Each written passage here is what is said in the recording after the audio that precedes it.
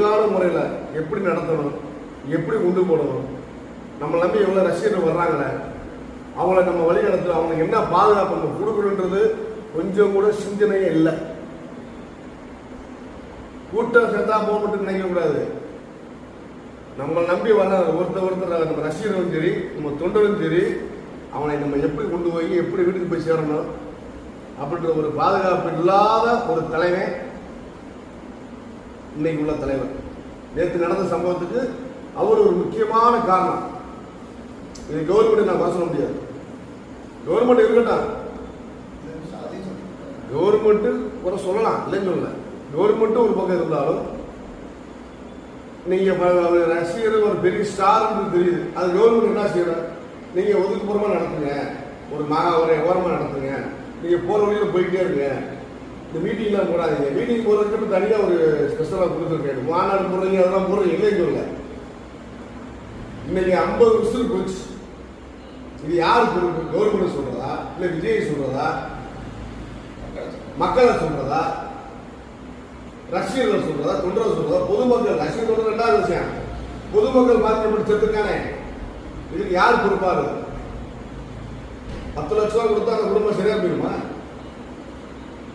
அவன் ஒவ்வொருத்தருடைய ஒரு குடும்பத்துடைய கனவுகள், நம்ம பிள்ளை போச்சு, நம்ம குழந்தை போச்சு, நம்ம எதிர்காலம் போச்சு, அப்புறம் ஒவ்வொருத்தர் கனவு கண்டுட்டு இருக்கான்ல, நீங்க எல்லாம் போச்சுல, ஏன் இப்படி ஒரு ரசிகர்களுக்கான ஒரு பெரிய கூட்டமே போறீங்க? இதனால உங்களுக்கு என்ன பலம் கிடைக்க போகுது? வாழ்க்கை என்ன கிடைக்க போகுது உங்களுக்கு? 100 ரூபா கொடுத்து டிக்கெட் பார்க்கணும், சும்மா பார்த்துட்டு வந்துடணும், அதோட கடமை முடிஞ்சு. அவ யாரும் நம்ம யாரும்? நம்மளை வச்சு 100 ரூபா பார்க்குறேன், படம் பார்க்குறேன், பெரிய கோடீஸ்வரன் போறேன். அவனால் நம்மளுக்கு என்ன பிரயோஜனம் இருக்கு? நம்மளை வச்சுட்டு அவனுக்கு பிரயோஜனம். இந்த 100 ரூபா டிக்கெட் எடுத்து படம் போனா அவன் இன்னைக்கு எங்க இருப்பான்? அதனால மக்களை நல்லா புரிஞ்சுக்கிட்டு உங்க வாழ்க்கை உங்க கையில அப்படி மாதிரி நல்லா சிந்திச்சுங்க. நம்ம பகுத்தறிவு இருக்கணும், சுய அறிவு இருக்கணும். 2 இருந்தாதான் மனிதன் வாழ முடியும், நடமாட முடியும். சும்மா ஒரு ஆட்டு பந்தைகள் மாட்டு கூட்டம் மாதிரி போயிட்டு இருக்காங்க. இந்த அவன் தான் பெரிய ஆளு, எனக்கு பெரிய தலைமை, அவன் தான் கடவுள், அவன் தான் மண்ணாங்கட்டி, அவன் தான் மயில்.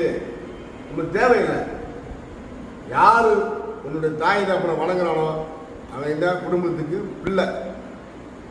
அது பொம்பளை பிள்ளையா இருந்தாலும் சரி, ஆம்பளை பிள்ளையா இருந்தாலும் சரி.